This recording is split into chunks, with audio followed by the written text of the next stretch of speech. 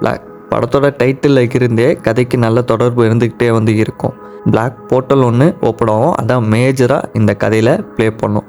அதுக்காகவே இவங்க பிளாக் அப்படின்னு சொல்லி படத்தோட தலைப்பு வச்சுருக்காங்க. பிளாக் போர்ட்டலுக்குள்ளே போகும்போது ஒரு சில விஷயம் நடக்கிற மாதிரி காமிச்சிருப்பாங்க. அதில் நம்மளுக்கு ஃபஸ்ட்டு வந்து லூப் மாதிரி வந்து இருக்கும். வசந்த் கிட்ட ஆரண்யா வந்து சொல்லியிருப்பாங்க ஆப்போசிட் வீட்டில் ஒரு லைட் எரியுன்னு வந்து சொல்லிட்டு. வசந்த் கீழே போயிட்டு அந்த வீட்டை பார்த்துட்டு வரையில் பிளாக் போர்ட்டலை கிராஸ் பண்ணிட்டு போயிட்டு தான் வருவார். திரும்பி அதே வேர்டை தான் ரிப்பீட் பண்ணுவாங்க. நம்மளுக்கு அந்த இடத்துல டைம் லூப் கான்செப்ட் தான் கொண்டு வந்திருக்காங்கன்னு சொல்லி சடனாக தோண வைக்கும். ஆனால் அங்கே அது நடந்திருக்காது. ஒரு ரியாலிட்டியை விட்டு இன்னொரு ரியாலிட்டிக்கு அந்த பிளாக் போர்ட்டல் மூலியமாக போயிருப்பாங்க. ஆனால் இங்கே தான் ஒரு ட்விஸ்ட் வந்து இருக்குது. என்ன தான் வசந்த் ஒரு ரியாலிட்டியை விட்டு இன்னொரு ரியாலிட்டிக்கு போயிருந்தாலும் அங்கே டைம் ட்ராவலுமே வந்து நடந்திருக்கும்.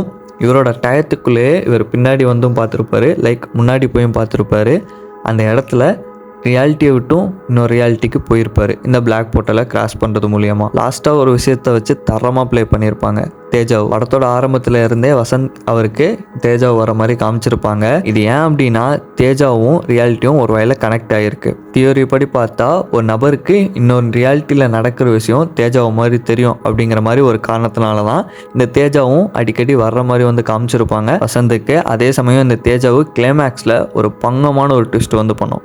அதை பார்க்குறதுக்கு முன்னாடி இந்த பிளாக் போர்ட்டல் ஏன் ஓப்பன் ஆகுது அப்படிங்கிற ரீசன் என்னென்னா 1941 பக்கம் பிரிட்டிஷ் இருந்த காலகட்டத்தில் ஒரு ரிசர்ச் வந்து பண்ணியிருப்பாங்க. அதில் ஏதோ அசம்பாவிதம் நடந்து அந்த இடமே வெடிச்சிருது. அங்கே என்ன மாதிரியான ரிசர்ச் பண்ணாங்க, அதில் என்ன பிளாஸ்ட் ஆச்சுன்னு சொல்லி படத்தில் சொல்லப்படலை. இது மட்டும் இந்த பிளாக் போர்ட்டல் ஓப்பனாக காரணம் இல்லை. சூப்பர் மூன் சொல்லிட்டு ஒரு கான்செப்டை கொண்டு வந்திருப்பாங்க. 60 வருஷத்துக்கு ஒரு தடவை இந்த சூப்பர் மூன் வருங்கிற மாதிரியும் படத்தில் சொல்லியிருக்காங்க. ஆனால் நிஜத்தில் அப்படி வந்து இல்லை. மேபி ஒரு ஸ்பெசிஃபிக் மூணு மட்டும் 60 வருஷத்துக்கு ஒரு தடவை வர்ற மாதிரி கூட இருக்கலாம். ஏன்னா நிஜத்துல வருஷத்துக்கே 4-5 சூப்பர் மூன் வரும். சூப்பர் மூன் தவிர்த்தும் பிளாக் போர்ட்டல் ஓப்பன் ஆக இன்னொரு காரணமும் வந்து இருக்கு. ஒரு ஸ்டாச்சு வந்து காமிச்சிருப்பாங்க படத்தோட ஆரம்பத்துல இருந்து. அதை பற்றியும் படத்தில் அவ்வளோ டீட்டெயிலாக சொல்லியிருக்க மாட்டாங்க. நெக்ஸ்ட் படத்தில் இருக்க கேரக்டர்ஸ் எடுத்துக்கிட்டோம் அப்படின்னா வசந்த் இந்த ஒரு கேரக்டர் மட்டுமே படத்தில் நிறைய லூப் மோட சந்திச்சுட்டே வந்து இருக்கு. நிறைய ரியாலிட்டிக்கு போயிட்டே இருக்கனால நிறைய விஷயம் வந்து ஒரே மாதிரி வந்து பார்த்துட்டே வந்து இருப்பார். அப்படி இருந்துமே ஒரு இடத்துல கூட அவர் சோர்ந்து போயிருக்க மாதிரி காமிச்சிருக்க மாட்டாங்க. அதே மாதிரி தான் இன்னொரு கேரக்டரும் ஒரு சில விஷயத்த திரும்பி திரும்பி பார்த்துட்டே வந்து இருந்திருக்கணும். ஆனால் அவரை போலீஸ் அரெஸ்ட் பண்ணிடும். அதனால் வசந்த் மாதிரி வேறு ரியாலிட்டிக்கு ட்ராவல் பண்ணியிருக்கே வந்து மாட்டார். இவர் ஜெயிலில் இருப்பார். திரும்பி வந்ததுக்கப்புறம் இந்த விஷயம் எப்படி நடந்துச்சுன்னு சொல்லி ரிசர்ச் பண்ணையில தான் பிரிட்டிஷ் இப்படி ஒரு ரிசர்ச் பண்ணதையும் சூப்பர் மூன் வந்து அதே மாதிரி இந்த ஒரு ஸ்டாச்சுக்கும் ஏதோ ஒரு கனெக்ஷன் இருக்க விஷயத்தையும் கண்டுபிடிச்சி ஸ்காட்டன்ஜஸ் கேட்டை பற்றியும் வசந்த் கிட்ட சொல்லியிருப்பார். ஒரு ரியாலிட்டியில் விஷம் கலந்த விஷயத்தை பூனை வந்து சாப்பிட்டு இறந்து போகுது. அதே இன்னொரு ரியாலிட்டியில் அந்த விஷத்தை சாப்பிடாம உயிர் வாழ்ந்துட்டு வந்து இருக்குது. இது ரெண்டுமே நடக்க பாசிபிலிட்டிஸ் வந்து இருக்குது அப்படின்னு வசந்த் கிட்ட குணா சொல்லியிருப்பார். இந்த விஷயத்துலேருந்து தப்பிக்கிறதுக்குமே ஒரு ஐடியா வந்து குணா வந்து சொல்லியிருப்பார். அதை பார்க்குறதுக்கு முன்னாடி படத்தோட கதையை எக்ஸ்பிளைன் பண்ணிடுறேன். ஏன்னா அப்போ தான் ஈஸியாக நான் சொல்ல வர்றது வந்து புரியும். படத்தோட கதை கொஞ்சம் காம்ப்ளெக்ஸாக வந்து இருக்குது. அதை கட் அண்ட் ஸ்வீட்டாகவும் வந்து சொல்கிறேன். புது அப்பார்ட்மெண்ட்டுக்கு வசந்த் ஆரண்யா ஹாலிடேஸை என்ஜாய் பண்ண போகிறாங்க. இவங்க தான் ஃபஸ்ட்டு போகிறாங்க. இதுக்கு முன்னாடி அந்த அப்பார்ட்மெண்ட்டில் யாரும் வந்து இல்லை. நைட் ஆகுது, கரண்ட் வந்து போயிடுது. ஜென்ரேட்டர் ஆன் பண்ண 2 பேரும் இருட்டாக ஒரு இடத்த தாண்டி போகிறாங்க. திருப்பி அந்த இருட்டான இடத்த தாண்டி வீட்டுக்கு வராங்க. அந்த இடத்துல ஆரண்யா வந்து சொல்கிறாங்க, எதுக்கு ஒரு வீடு வந்து லைட் எரியுது, நமக்கு முன்னாடி யாராச்சும் வந்துட்டாங்களான்னு வந்து வசந்த்கிட்ட வந்து கேட்க. இல்லை அப்படி யாரும் வர வாய்ப்பு இல்லை, காலையிலேருந்து யாரும் வந்த மாதிரி வந்து தெரியலை, நான் ஒரு வாட்டி செக் பண்ணுறேன்னு வந்து சொல்லிட்டு வசந்த் இருட்டான இடத்த தாண்டி போய் பார்த்துட்டு திரும்பி வராரு. ஆரண்யா திரும்பி வந்து சொல்கிறாங்க, எதுக்கு ஒரு லைட் எரியுது வந்து சொல்லிட்டு. ஆல்ரெடி வசந்துக்கு தேஜாவு மாதிரி ஒரு சில விஷயம் நடந்துட்டு வந்து இருக்கும். அதனால இவர் தேஜாவும் நினச்சிருவாரு. சரி என்னன்னு சொல்லிட்டு திரும்பி வசந்த் ஆரண்யா கூட்டிட்டு 2 பேரும் சேர்ந்து அந்த இருட்டை தாண்டி போய் பார்த்துட்டு வருவாங்க. ஆரண்யா வசந்துக்கு ஒரு கிஃப்ட் வந்திருக்கும் ஆல்ரெடி. அதே மாதிரி கிஃப்ட் அந்த வீட்டில் வந்து இருக்கும். அதையும் தாண்டி இவங்க 2 பேரும் மாதிரியே அப்படியே ரிப்ளிக்காவாக அங்கே வந்து இருப்பாங்க. இதை பார்த்துட்டு ரொம்பவே பயந்துருவாங்க. அந்த இருட்டை தாண்டி வந்துடுவாங்க. இவங்களுக்கு ரொம்பவே கன்ஃபியூஸ் ஆகிரும். அந்த இடத்த விட்டு தப்பிக்கலான்னு காரெலாம் யூஸ் பண்ணி அந்த இருட்டை தாண்டி போவாங்க. ஆனால் வந்த இடத்துட்டே தான் லூப் மாதிரி வந்துக்கிட்டே வந்து இருக்கிறாங்க. அந்த இடத்துல தான் ஒரு விஷயத்த ஆரண்யா கண்டுபிடிப்பாங்க. வசந்த் மாதிரியே இருக்கிற இன்னொரு வசந்த் ஆரண்யாவோட ஃப்ரெண்ட் கூட ரிலேஷன்ஷிப்பில் இருக்க மாதிரி ஃபோனில் பேசுகிறத இந்த ஆரண்யா பார்த்துருவாங்க. இதனால் ரொம்பவே கோவப்பட்டு அந்த இடத்த விட்டு அந்த இருட்டை தாண்டி போயிடுவாங்க. வசந்த் கொஞ்சம் லேட்டாக அந்த இருட்டை தாண்டி வந்து பார்ப்பாரு. அங்கே பார்த்தா ஆரண்யா இருக்க மாட்டாங்க, தொலைஞ்சு போயிடுவாங்க. இதுக்கு இடையில மூணை வந்து காமிப்பாங்க. அது ஒரு சில நேரம் மறைஞ்சிருக்கும், ஒரு சில நேரம் வெளிச்சமாக வந்து இருக்கும். அந்த இருட்டை தாண்டி போயிட்டு வசந்த் ட்ரை பண்ணிகிட்டே வந்து இருப்பார். ஆரண்யா கண்டுபிடிக்க நிறையா வாட்டி ட்ரை பண்ணுவார், கண்டே பிடிக்க முடியாது. ஒரு கட்டத்தில் அந்த இருட்டு மறைஞ்சிரும். அந்த இடத்துலேருந்து வெளியே வந்து பார்க்கல தான் குணாவை வந்து மீட் பண்ணுவார். ஸ்காட்டன்ஜி ஸ்காட் கதையை வந்து சொல்லுவார். சேம் டைம் இந்த சூப்பர் மூன் மறையிற நேரத்தில் இந்த போர்ட்டலும் க்ளோஸ் ஆயிரும். சூப்பர் மூன் தெரியிறப்போ இந்த போர்ட்டல் ஓப்பன் ஆயிரும். இந்த போர்ட்டல் ரவுண்டாக வந்து இருக்குது, அதுவும் இந்த பிரிட்டிஷ் ரிசர்ச் பண்ண இடத்துல தான் வந்து இருக்குது. இந்த ஸ்டாச்சுக்கும் ஒரு கனெக்ஷன் வந்து இருக்குது இப்படின்னு சொல்லி எல்லா விஷயத்தையும் சொல்லுவார். இந்த சூப்பர் மூன் 60 வருஷத்துக்கு ஒரு தடவை தான் வரும். எனக்கு 60 வருஷத்துக்கு முன்னாடி இப்படி ஒரு இன்சிடென்ட் வந்து நடந்துச்சு, இதனால் நான் இதை பற்றி ரிசர்ச் பண்ண ஆரம்பித்தேன். ஸோ இதே பாயிண்டில் நீயும் வந்து மாட்டியிருக்க, இதுலேருந்து தப்பிக்கிறதுக்கு ஒரு வழி இருக்குதுன்னு சொல்லுவார்.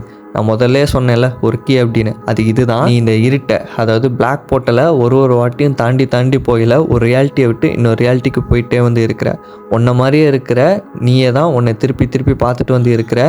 அதனால உன்ன மாதிரி இருக்கிற இன்னொருத்தவனை நீ கொண்டுட்டு அந்த இடத்துல வாழ்ந்துரு அப்படிங்கிற மாதிரி வந்து சொல்லுவார்.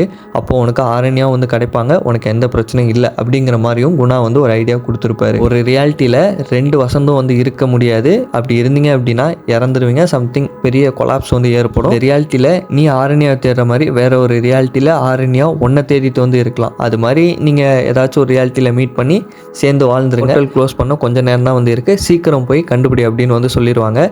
இது அப்படியே மைண்டில் வச்சுட்டு வசந்த் ஒரு ரியாலிட்டிக்கும் அந்த இருட்டை தாண்டி போய் சர்ச் பண்ணிட்டு வந்து இருப்பார்.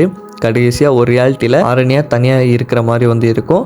ஸோ அவங்கள பார்த்துட்டு அவங்க கூட இருக்கலாம் அப்படின்னு சொல்லி ஐடியா பண்ணிடுவார். போலீஸ் இடையில வர்ற மாதிரி இருக்கும், அந்த போர்ட்டலில் ஒரு போலீஸை மாட்டி விட்டு அந்த இடத்துலேருந்து தப்பிச்சிருவார் வசந்த். சேம் டைம் ஆரண்யா கூப்பிட்டுட்டு பெட்ரோல் பங்கு போயிருப்பார். அந்த இடத்துல ரெஸ்ட்டும் போயில இன்னொரு வசந்த் இவரை ஃபாலோ பண்ணிட்டு வந்திருப்பார். அந்த இடத்துல 2 பேருக்கும் சண்டை நடந்திருக்கும், அதை காட்டியிருக்க மாட்டாங்க.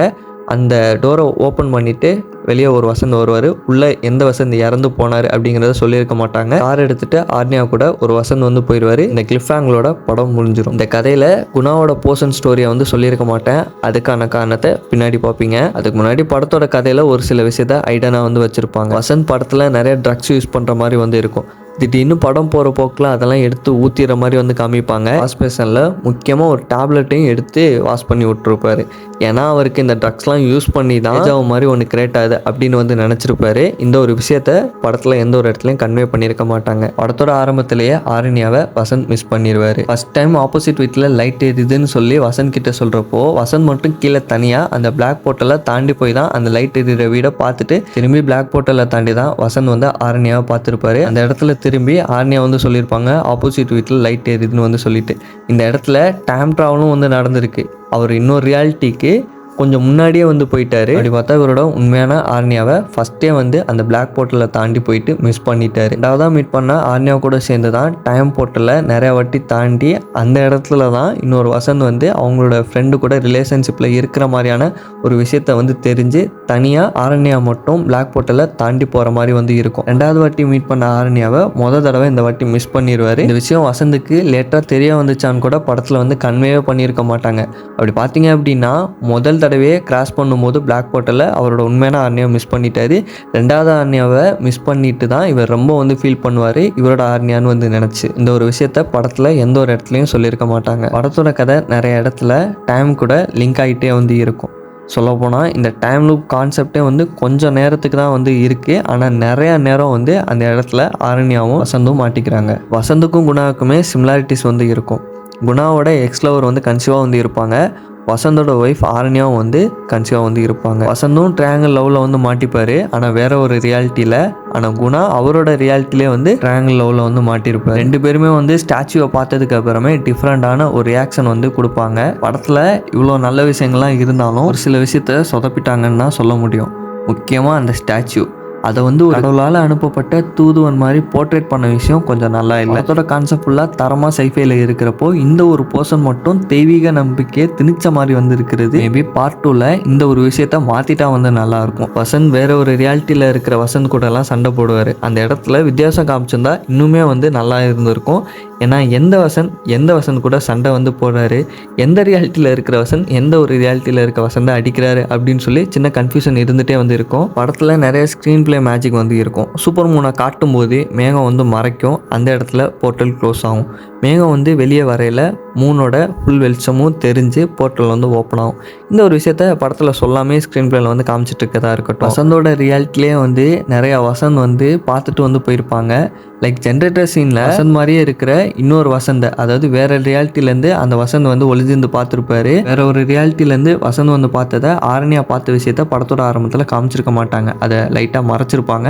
கிளைமேக்ஸ் வரையில் பிளாக் போர்ட்டலில் வசந்த் ட்ராவல் ஆகிட்டு இருக்கப்போ இன்னொரு ரியாலிட்டியில் இருக்க வசந்தும் ஆரண்யாவும் ஜென்ரேட்டர் ஆன் பண்ண போயிருப்பாங்க. அந்த இடத்துல வசந்த் ஒளிஞ்சிருந்து பார்ப்பாரு. இதை ஆரண்யா வந்து பார்த்துட்டு சாகிடுவாங்க. அதை வசந்த் கிட்ட கரெக்டாக எக்ஸ்பிளைன் பண்ண மாட்டாங்க. பார்க்குற நம்மளுக்கு அப்போதான் வந்து புரியும் ஸ்டார்டிங்கில் ஆரண்யா இன்னொரு ரியாலிட்டியில் இருக்க வசந்தை பார்த்துருக்காங்கன்னு. படத்தோட பெஸ்ட் பார்ட் என்ன அப்படின்னா ஏஜாவு கிரியேட் ஆகி இன்னொரு ரியாலிட்டியில் இருக்க விஷயத்த வசந்த் பார்க்குறதா வந்து இருக்கட்டும், அது மூலியமாக பிளாக் போர்ட்டலில் ட்ராவல் ஆகி இன்னொரு ரியாலிட்டிக்கு போய் இவர மாதிரியே இருக்கிற வசந்த் ஆரண்யா மீட் பண்ணுற விஷயமா இருக்கட்டும், இதில் டைம் ட்ராவல் விஷயத்த ஆட் பண்ணி ஸ்டார்டிங்கில் டைம் லூப்பில் மாட்டிக்கிட்டாரு அப்படிங்கிற மாதிரி காமிச்ச விஷயமா இருக்கட்டும், எல்லாமே பெஸ்ட்டாக வந்து இருக்குது. ஒரு கதையை மட்டும் எடுத்துகிட்டு மொத்தமாக வச்சு அறுக்காமல் நிறைய விஷயத்த வந்து சொல்லி அதில் சூப்பர் மூன் விஷயமா இருக்கட்டும், ரிசர்ச் விஷயமா இருக்கட்டும், இவன் ஸ்டாச்சுவை தவிர மற்ற எல்லாமே பக்கா வந்து இருக்குது. படத்தோட ஆரம்பத்தில் வசந்துக்கு ஒரு கிஃப்ட் வந்திருக்கும். அதை யார் அனுப்பியிருக்கலாம் அப்படின்னா, ஒன்று வசந்தே வந்து இன்னொரு ரியாலிட்டியில இருந்து வந்து இந்த ஒரு ரியாலிட்டியில் அந்த கிஃப்ட்டை வச்சுட்டு போயிருந்துருக்கணும்.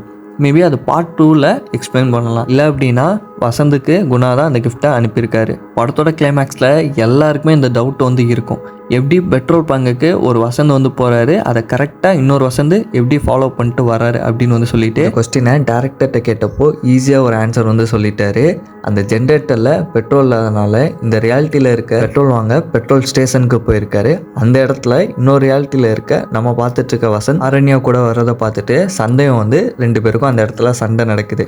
டேரக்டர் சொன்ன பெர்ஸ்பெக்டிவ்ல வந்து பார்த்தோம் அப்படின்னா நம்ம பார்த்துட்டு இருக்க வசந்த் இன்னொரு ரியாலிட்டிக்கு போய் அந்த வசந்தை வந்து கொன்னுட்டான்னு தான் வந்து சொல்ல முடியும். ஏன்னா அந்த இடத்துல இறந்தா மட்டும்தான் இந்த வசந்த் ஆரண்யா கூட சர்வே ஆக முடியும். ஸோ இதோட ஸ்டோரி வந்து முடிதான்னு வந்து கேட்டிங்கன்னா கண்டிப்பாக வந்து இல்லை.